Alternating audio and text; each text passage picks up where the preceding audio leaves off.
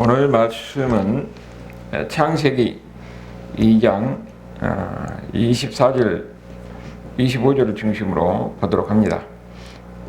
결혼 제도와 하나님의 역사라는 제목으로 은혜를 받고자 합니다. 사실 결혼 제도는 가장 근본적인 사회 조직이다, 이렇게 말할 수가 있어요. 성경에 보면은 가정은 하나님이 주도적으로 인도하시고 만드시고 세우신 것을 우리가 볼 수가 있어요.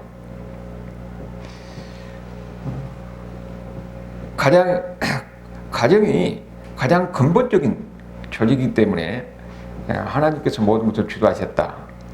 그리고 우리가 보면은 가정이 건강해야 사회가 건강합니다. 그래서 결혼제도가 그렇게 중요한 거예요. 그런데 우리가 사실 결혼제도를 보면은 창세기 1장 28절에서 보는 것 같이 하나님 뭐라고 그랬어요? 생육하고 번성하고 땅에 충만하라 그랬죠. 그렇게 부부가 가정을 이루는 것이 이걸 보고 자손 번식을 위해서만 부부가 있느냐? 그건 아니라는 거예요. 실제로 보면 유대인들이 이 창세기 1장 28절을 보고 부부관계를 자손만을 자식 낳기 위해서만 그렇게 하는 경우가 있어요.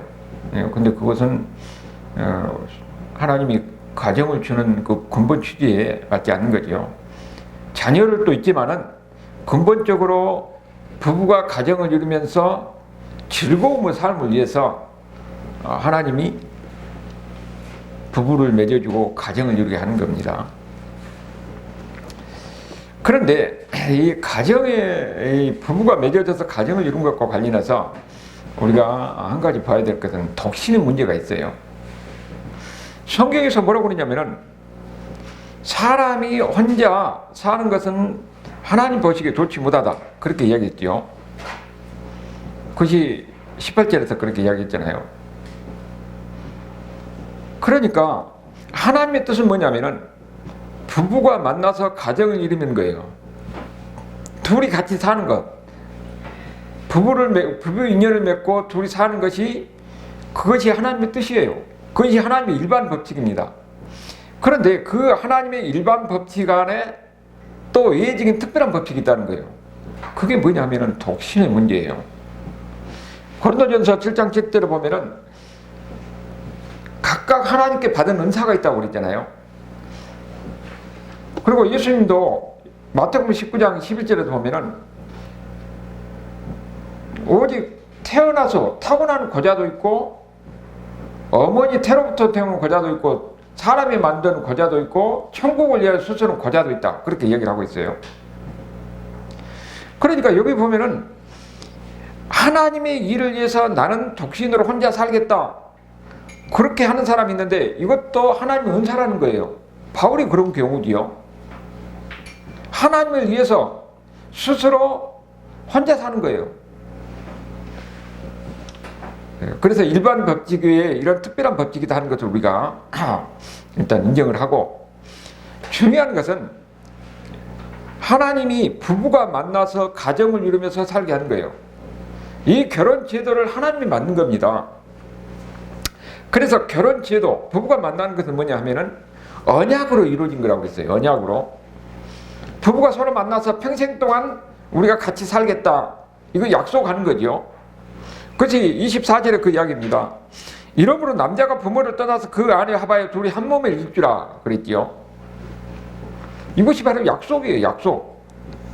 이 약속으로 된 것이 바로 우리가 평생 살기로, 우리가 짝으로서 살기로 서로 약속하는 겁니다. 그러니까 이 평생 부부가 짝을 이루어서 평생 동반자가 되는 거죠. 그래서 잠언 2장 17절에 보면 젊은 시절의 짝을 버리면 그것은 하나님의 언약을 잊어버린 거다, 그렇게 이야기하고 있어요. 젊은 시절에 부부가 만나서 가정을 이루고 짝을 이루었는데, 아내를 주로 여기서 이야기하는 건 아내죠. 아내를 버리는 것은 하나님 앞에 범죄하는 것이라는 거예요. 하나님 잊어버린 것이.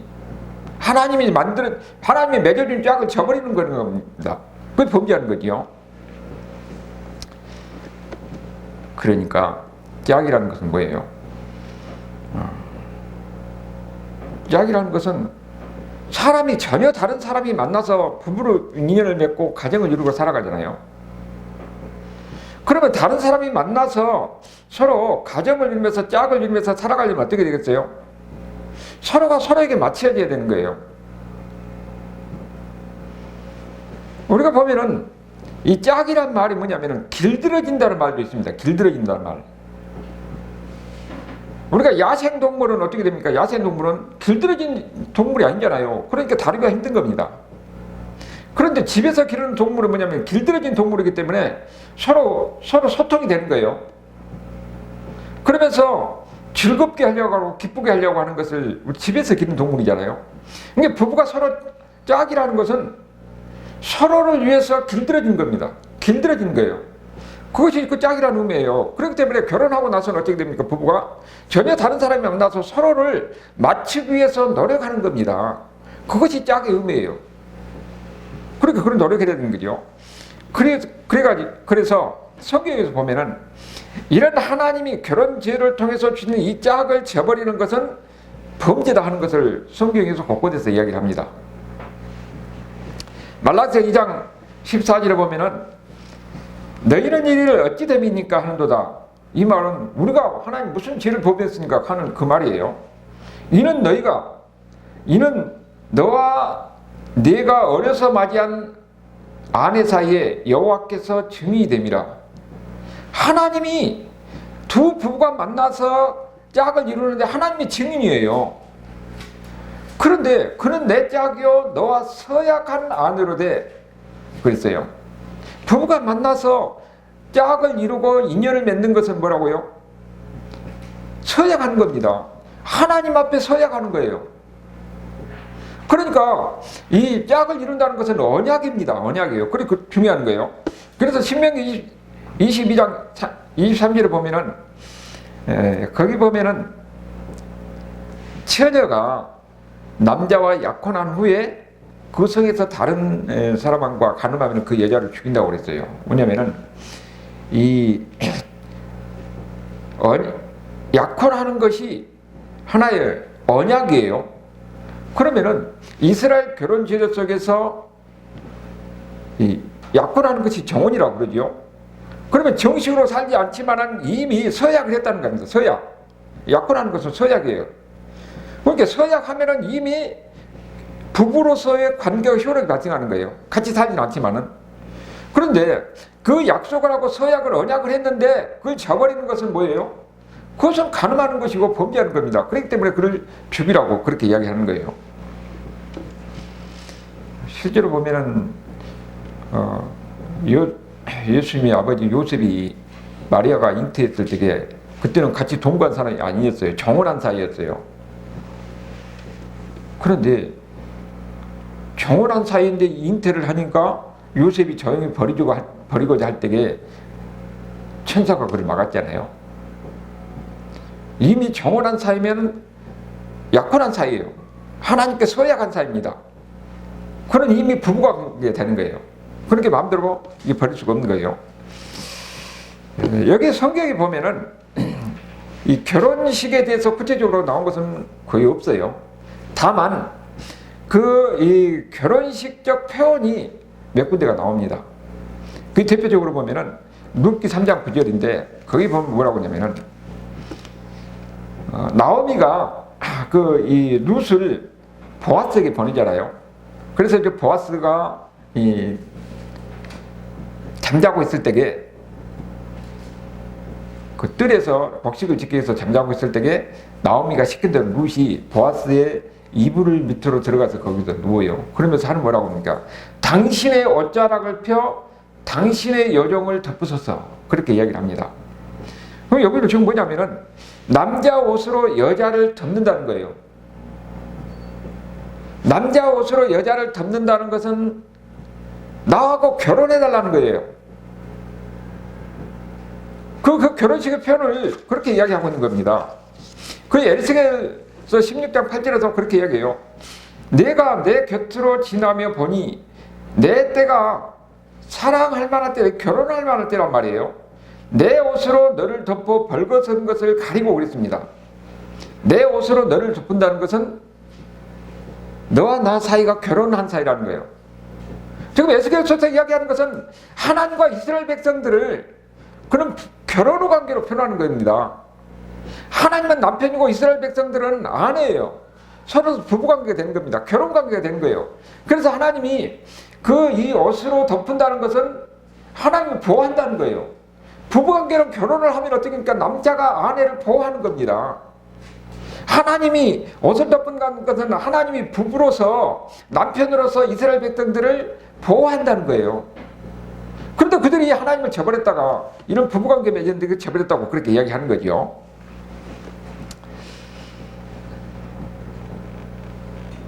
그러면은 성경에서 보면은 우리가 왜 지금 이렇게 결혼 제도를 이렇게 이야기하고 우리가 또 이걸 보느냐 하면은 성경에서 전체에서 보면은 하나님과 우리하고 관계를 결혼 관계로 설명하고 있어요.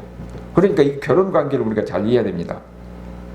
하나님과 우리를 어떻게 되면 성경에서는 결혼 관계로 설명하고 있다는 거예요. 하나님은 남편이고 이스라엘 백성들은 아내예요. 이런 부부관계, 결혼관계가 된 거예요. 이 하나님의 말씀을 지킨다는 것은 하나님의 말씀이 도덕적인 게 지킨다는 것이 아니라 하나님의 말씀 속에는 하나님의 품성이 들어있는 거예요. 살인하지 말라 하면은 생명을 존중하는 하나님의 품성이 들어있는 겁니다. 그렇기 때문에 우리가 이 살인하지 않는 가운데서 하나님은 그 말씀을 지키는 가운데는 뭡니까? 하나님의 품성을 우리가 이해하고 경험하게 되는 거예요. 간음하지 말라 하는 것도 간음하지 않는 가운데서 우리는 뭡니까? 하나님을 이해하게 되는 거예요. 그게 하나님의 품성이니까. 이런 것을 통해서 우리가 하나님을 경험합니다. 하나님의 말씀을 지키는 그 자체가 복이에요. 우리가 하나님의 말씀을 지키면은 하나님이 무엇을 이렇게 우리가 들어주고 우리가 기도를 응답진다 이것보다는 하나님 말씀 자체, 이 말씀을 지키는 것 자체가 우리가 복이래요. 그러니까 하나님이 이렇게 이 부부관계도 마찬가지예요. 부부관계도 하나님이 이렇게 부부로 맺어준 겁니다. 모든 것을 하나님이 주도적으로 하신 가운데. 그러니까 이게 부부관계가 맺어지면 어떻냐면 그 하나님 말씀대로 우리가 부부관계를 지키려고 노력할 때 그 안에서 뭡니까? 하나님을 경험하는 거예요. 하나님의 말씀을 그대로 지킬 때 그게 복이라는 겁니다. 이걸 결혼의 이야기를 통해서 우리가 볼 수가 있는 거예요. 그리고 24절에 보니까 뭐라고 하냐면은 이러므로 남자가 부모를 떠나 그 아내 합하여 둘이 한 몸이라고 그랬잖아요. 물론 여기 내용은 물리적으로 내가 부모를 떠난다기보다는 정서적으로 이 결혼하고 부부관계를 맺으면은 이미 부부와 정서적으로 이제는 분리되는 겁니다. 떨어진다는 거예요. 정서적 개념이에요. 그렇기 때문에 이제는 결혼하면은 부모로부터 독립하는 겁니다. 물리적이보다는 정서적으로 독립하는 거예요. 그렇기 때문에 부부가 결혼하면 이제는 부부는 부모보다 더 우선이고 더 가깝다는 것을 우리가 이해를 해야 됩니다. 여기 바로 성경에서 이야기하는 거 그거예요. 여기 보면은 둘이 한 몸이라고 그랬잖아요. 둘이 한 몸이라는 것에서 성경에서 이야기하는데 고린도전서 6장 16절을 보면은 여기서 세 가지로 이야기를 합니다. 창겨 합하는 자는 그와 한 몸인데 알지 못하느냐 그랬어요. 제일 첫 번째 뭐냐면은 창겨 합하는 것이 합하는 거예요. 여기는 그냥 육체적인 합을 이야기하는 겁니다. 이걸 소마라고 그러지요. 일체적인 육체적인 합이 창겨 합하는 것이고 그 다음에 두 번째는 뭐냐면은 둘이 한 육체가 된다 하셨나니 그랬어요. 요거는 창세기 2장 24절을 그대로 이야기하는 겁니다. 한 몸을 그대로 인용하는 거예요. 여기는 보면은 육체적으로 단순히 합해진 것 이상의 정서적인 연합을 이야기하는 겁니다. 둘이 한 몸이 되는 거지. 그러니까 여기는 정서적인 연합이라는 것은 부부간의 관계를 이야기하는 게 여기는 전인격적인 연합이에요. 부부는 그러니까 전인격적인 연합이다 하는 것을 이야기하는 거예요. 그런데 그보다 더 가까운 것이 뭐냐면은 그 17절 고린도전서 6장 17절에 주와 합하는 자는 한 영이라고 합니다. 여기는 영적인 연합입니다. 부부가 합해진 것은 우리가 죽을 때까지 계속 되는 거예요. 그런데 죽으면은 죽음으로서 관계는 끝나는 겁니다. 바울도 그런 이야기 했죠. 죽음으로 해서 부부 관계는 끝나고 다른 사람과 결혼할 수 있다고 그렇게 얘기하는 거예요. 그런데 우리가 주님과 연합하는 것은 뭐냐? 영적인 연합인데 이것은 죽음 이후에까지 계속되는 겁니다. 그러니까 주님과 합해진 이런 영적인 연합은 부부관계의 연합보다도 더 중요한 거예요. 만약에 우리가 부부관계 속에서 이 하나님의 일에 바울은 실제로 그랬지요. 만약에 믿음에 방해되고 믿음을 교회를 예수를 못 믿게 한다든지 그러면은 심지어는 헤어질 수도 있다고 그렇게 얘기하는 겁니다. 그러니까 가장 중요한 것은 주님과 연합이에요. 주님과 연합은 어떻게 되는 겁니까? 내가 예수를 믿음으로 주님과 하나가 되는 거예요. 내가 예수님 안에 있고 예수님이 나와 내 안에 있고 그래서 영적인 연합의 관계를 이루는 겁니다. 이렇게 우리의 연합이라는 것은 이런 세 가지 이렇게 연합이 있다 하는 것을 우리에게 이야기하는 겁니다. 그래서 부부관계는 이 세상 사는 동안 서로 맺어진 이런 관계인데 서로 그렇기 때문에 부부관계는 서로 메인 관계가 돼요. 언약의 관계, 서로 메인 관계가 이 언약의 관계인데 이 하나님께서 맺어진 이 언약의 관계를 우리가 지킴으로써 그것이 내 삶 속에서 하나님을 경험하게 되는 겁니다. 하나님의 말씀을 지키고 그 말씀대로 살려고 노력을 할 때에 거기서 하나님을 우리가 느끼고 경험하게 되는 거예요. 그렇기 때문에 이 결혼관계라는 것이 얼마나 중요한 것인가, 얼마나 강하고 중요한 것인가를 우리에게 이야기하고 있는 겁니다. 그리고 이걸 더 이야기하고 있는 것이 25절에 보면은 아담과 그의 아내 두 사람이 벌거벗으나 부끄러지 아니하였다 그랬어요. 여기 부끄러지 않았다는 것은 단순한 육체적으로 서로 부끄러지 않았다 이런 관계보다는 더 깊은 이런 정서적 관계 속에서 부끄러지 않는 것을 이야기하는 겁니다. 다시 말하면 서로 마음을 다 드러내도 괜찮은 관계, 이거 부끄럽지 않은 관계예요. 우리가 죄가 없으면 어떻게 됩니까? 모든 것을 다 드러내도 부끄러운 관계가 아니에요. 그런데 죄가 들어옴으로 해서 우리에게는 감출 것이 많아진 겁니다. 우리가 감출 것이 많다는 것은 외로운 거예요. 부부관계도 마찬가지입니다. 죄가 들어온 이런 부부관계도 무엇인가 드러낼 수 없는 이런 감출 것이 있는 겁니다. 그러니까 사람은 아무리 가까운 부부관계를 할지라도 그래서 다 드러낼 수 없는 뭔가가 있기 때문에 그것이 스스로를 외롭고 고립되게 만든 거예요. 그게 그 부끄러운 관계가 되는 겁니다. 그런데 우리가 주님과 하나님 관계가 완전히 온전하게 되면은 이런 외로운 관계가 없어지고 부끄러운 관계가 없어진다는 거예요. 죄가 들어가지고 그렇게 우리가 부끄러운 관계가 됐다는 거죠. 근데 성경에서 보면은 그러면은 왜 이렇게 결혼 관계를 이렇게 언급하고 있느냐? 성경에 보면은 이상하게 그 유대인의 결혼 관계하고 이 예수님이 오셨다가 다시 오시는 그 관계하고 서로 딱 들어맞습니다. 그러니까 예수님의 사역에 대해서 예수님의 그 구원 사역에 대해서 우리가 이해하려면은 그 유대인의 결혼 풍습에 대해서 우리가 잘 이해를 해야 돼요. 그게 서로 아주 연결이 되어 있던 겁니다. 먼저 유대인의 결혼 풍습을 보면은 그 부모하고 남자가 부모와 아버지하고 같이 여자 집으로 가요. 그래서 거기서 만나서 약혼을 합니다.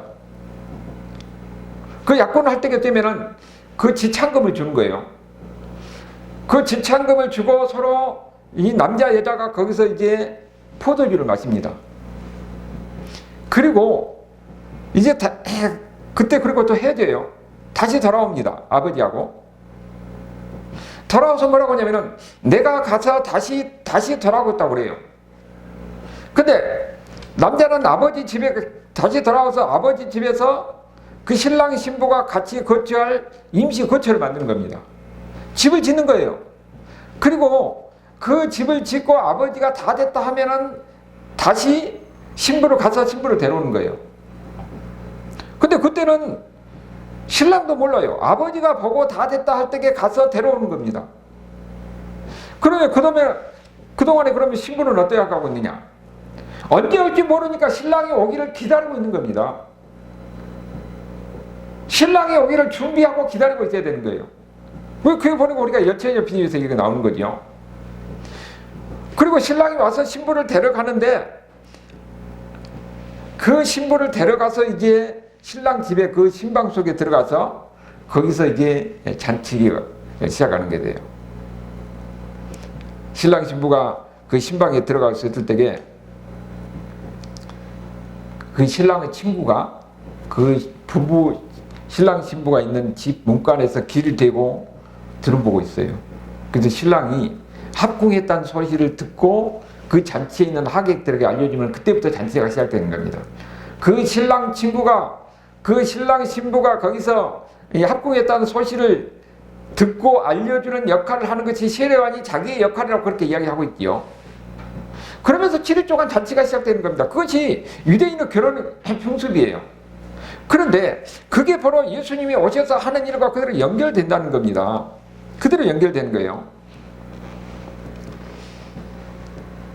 구약시대 때는 하나님과 하나님의 백성들을 신랑과 신부 관계로 표현했지요.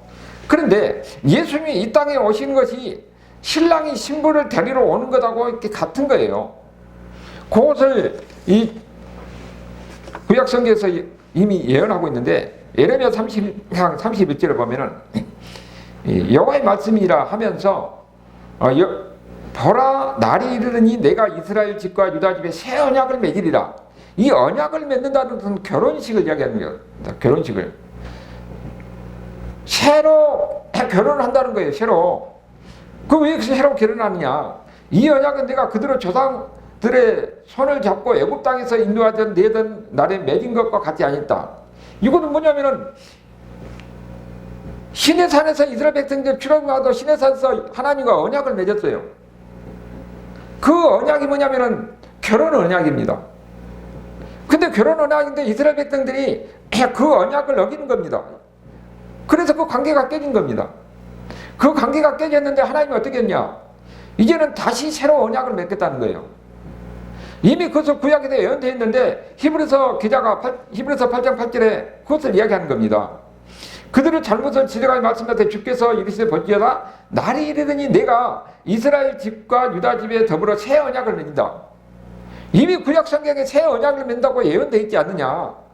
주께서 이르되 이 언약은 내가 그들을 열조의 손을 잡고 애굽 땅에서 인도하여 내던 날에 그들과 맺은 언약과 같이 했다. 이미 시내산에서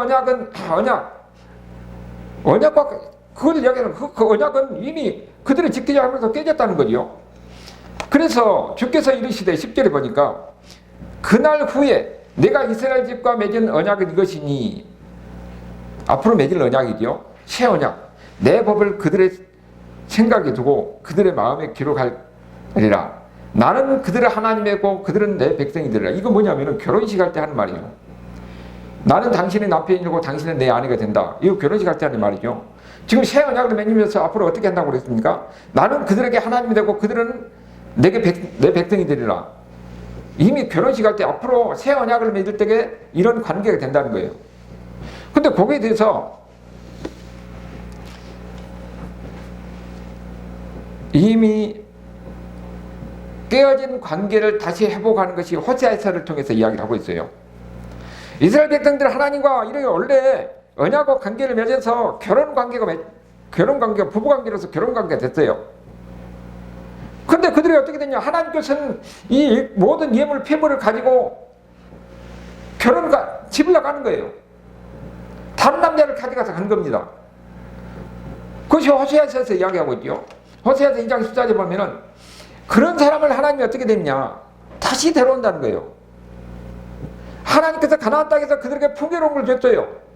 감람나무에 소출이 있고 여러 가지로 이 포도원도 있고 여러 가지로 다 줬는데 그들은 그걸 갖고 다른 신, 이방의 신을 섬기러 가는 겁니다. 그런데 하나님은 이미 결혼한 여자가 다른 남자를 간 것으로 비유를 하고 있는 겁니다. 그런데 하나님이 어떻게 했냐면 그들 다시 데려온다는 거예요. 그래서 새 언약을 맺는다. 이것이 새 언약인데 하나님이 구약시대 때 이런 식으로 약속을 했어요. 그런데 그 약속을 누가 이루시냐? 예수님이 이룬다는 겁니다. 새 언약을.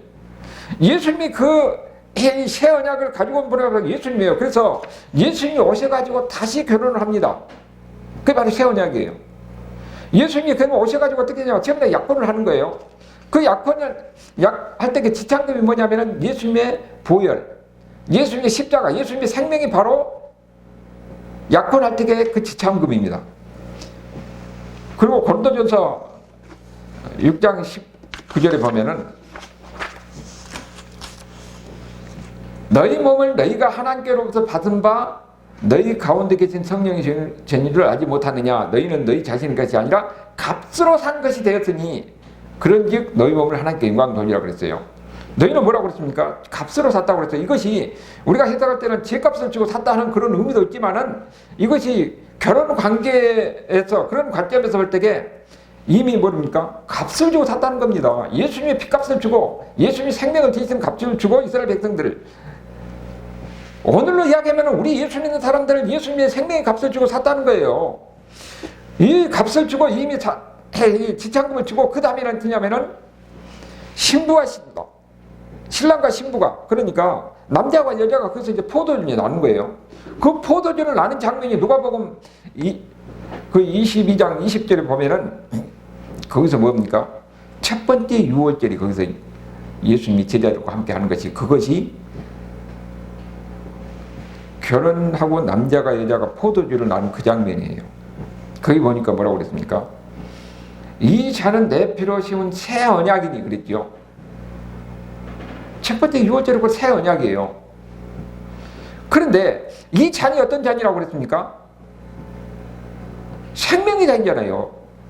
그래서 이 잔이 넘어가서 42절에 예수가 이르시되 아버지가 만일 아버지의 뜻이거늘 이 잔을 내게서 옮기셨다. 이 잔이 너무도 감당하기 힘든 잔이기 때문에 이 잔을 내게 피하게 되라고 그렇게 이야기하고 있는 겁니다. 결국은 예수님께서는 어떻게 하셨습니까? 그 잔을 예수님께서는 받으신 거예요. 그리고 그 다음에는 어떻게 하느냐? 인을 칩니다. 인감도장을 뜯친 인을 친 것이 고린도후서 1장 22절에 보면은 또한 우리에게 인기시고 보증으로 우리에게 성령을 주셨다고 그랬죠. 우리가 하나님의 백성으로서 하나님 백성이라는 것을 우리가 하나님 것이라고 인치는 것도 있지만은 이거 약혼식 할 때 인치는 그런 면도 여기에 들어있는 거예요. 그리고 어떻게 합니까? 예수님께서 십자가에 가진 겁니다. 그러니까 이미 예수님이 폐값을 다 치렀어요. 그리고 지참금도 주고 인도 치고 다 모든 것도 다 했습니다. 그 다음에는 어떻게 했어요? 예수님이 집을 지러 갑니다. 예수님이 십자가에 죽으시고 부활하셔서 이제는 어떻습니까? 하늘에 가는 거예요. 아버지 집으로 가는 겁니다. 요한복음 5장 18절에 보면은 예수님을 아버지라고 그렇게 이야기했어요. 그러면서 요한복음 14장 1절에서 3절까지 그 내용에 보면은 예수님께서 가서 집을 진다는 이야기가 나옵니다. 너희는 만민에 근심하지 말라. 하나님이 또 나를 믿으라면서 내 아버지 집에 거할 곳이 많도다. 그렇게 이야기하죠. 그리고 3절에 보니까 가서 너희를 위해서 거처를 예비하면 내가 다시 와서 너희를 내게로 영접하여 나 있는 곳에 있게 하겠다.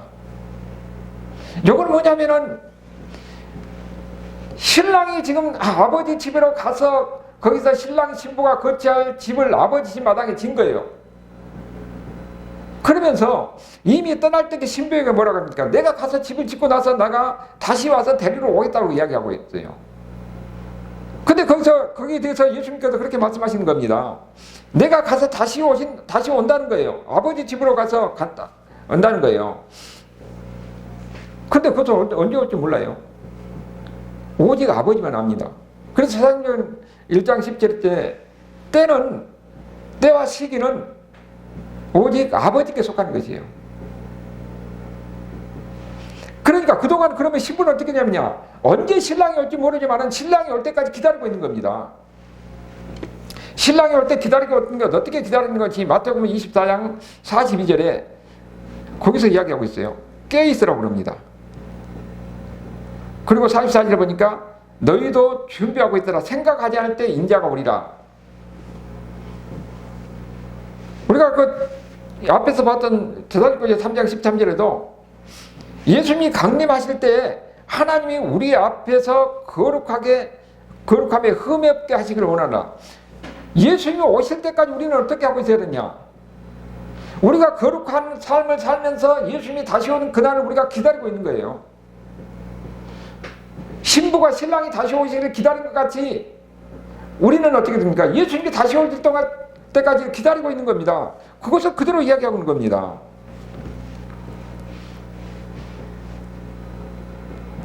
그것이 요한계시록 19장 7절에서 그렇게 이야기하고 있죠. 우리가 즐거워하고 그게 기뻐하며 그에게 영광을 돌리세 어린 양의 혼인 기약에 이르렀고 그의 아내가 자신을 준비한다고 그랬습니다. 신부가 준비하고 있는 거예요. 그리고 그 면에 있어서 잘 설명하고 있는 것이 이 열처녀 비유에서 이야기하고 있어요. 마태복음 25장에 보면은 미련한 현자와 슬기로운 자, 신랑을 맞이러 하는데 열처녀가 5사람은 등불을 준비하느냐 아니냐에 따라서 지혜로운 자가 있고 미련한 자가 있다고 그랬죠. 근데 신랑이 더디 오니까 이렇게 준비한 사람은 지혜로운 자인데 그렇지 않은 사람들은 언제 올지 모르니까 그 등불 준비를 안 하고 있는 거예요. 그런데 신랑이 올 때가 어쩌면 갑자기 오는 겁니다. 신랑이 왔다고 갑자기 온다니까 이 등불을 준비하는 사람은, 지혜로운 사람은 신랑과 같이 결혼잔치, 혼인잔치에 들어가는 거죠. 그렇지 않은 사람은 어떠느냐? 들어가지 못하는 거예요. 그렇기 때문에 14절에 뭐라고 그러니까 결론적으로 그런지 깨어있으라 너희는 그날과 그때를 알지 못하니라. 이미 신랑이 올 것을 항상 우리는 준비하고 깨어있는 그 사람은 천국의 혼인잔치에 들어가는 겁니다. 오늘 우리가 지금 다시 오실 예수님을 기다리고 있는 거예요. 그럼 우리가 좀 어떻게 되느냐? 다시 오실 주님을 바라보면서 기다리고 준비하는 삶을 살라는 겁니다. 근데 이것을 지금 어떻게 설명하고 있어요? 유대인의 그런 풍습에서 나오는 그 예식과 예수님이 이 땅에서 끝났다가 다시 오시는 그것과 서로 연관이 되어 있는 겁니다. 그러니까 이 유대인들의 그 결혼 풍습을 우리 해야, 이해를 잘해야 예수님께서 이 땅에 오셔서 죽으시고 그리고 이제 부활하셔서 천국에 갔다가 다시 오시는 그 과정을 우리가 어떻게 준비하고 살 것인가 하는 것을 우리가 잘 이해할 수가 있는 거예요. 이렇게 결혼 제도 안에서 예수님이 하시는 모든 것을 우리에게 보여준 것은 예수님이 처음에 이 땅에 오실 때 초림하고 예수님이 다시 오실 때 그 재림 사이에 살고 있는 우리가 어떻게 살아야 되느냐. 그야말로 신랑이 오시기를 기다리는 신부와 같이 그들은 항상 지혜로운 열처녀와 더불어서 준비하고 있는 삶을 살아야 돼요. 준비하고 있는 삶이 뭐라고 그랬습니까? 대사도행전 3장 13절에 말한 것 같이 거룩한 삶이에요. 신랑을 맞을 준비를 하고 있는 지혜로운 삶, 이게 바로 거룩한 삶이라는 거죠. 그러니까 우리가 어떻게 살았지 하는 것은 유대인들은 그런 풍습을 통해서 신랑 되신 예수님이 다시 이 땅에 오실 것을 우리가 준비하고 기다리면서 깨어있는 삶, 이런 삶을 사는 것이 우리가 지금 예수님과 다시 오실 예수님을 맞이할 그 삶을 산다는 겁니다. 우리가 이렇게 이 결혼 풍습을 우리가 이해함으로써 예수님께서 이 땅에 오셔서 다시 오시는 그날을 우리가 이해를 하고 그러면서 우리가 어떻게 살아야 하는 것을 가르쳐 주는 겁니다. 우리가 하나님의 말씀을 지키는 것이 축복이라는 것은 바로 이 결혼 제도를 통해서 우리가 끝까지 여러 가지로 결혼 부부관계 속에서 어려움과 여러 가지 시련도 있지만 그래도 끝까지 지킬 때에 하나님과 우리와의 관계 속에서 우리가 하나님과 관계에서 여러 가지 어려움이 있지만은 그래도 끝까지 우리를 책임지고 구원하시고 다시 오실 그 주님을 바라보면서 소망하면서 기다리는 그 삶 속에서 우리는 그 주님을 더욱더 이해를 하고 어떻게 살아야 할지를 우리가 이해하게 되는 겁니다. 이런 가운데서 우리는 하나님을 경험하게 되고 하나님의 약속이 믿어지고 그 믿어진 것 자체가 축복이라는 거예요. 이런 은혜가 함께하는 저와 여러분의 삶이 될 수 있기를 주님으로 축원합니다. 아멘.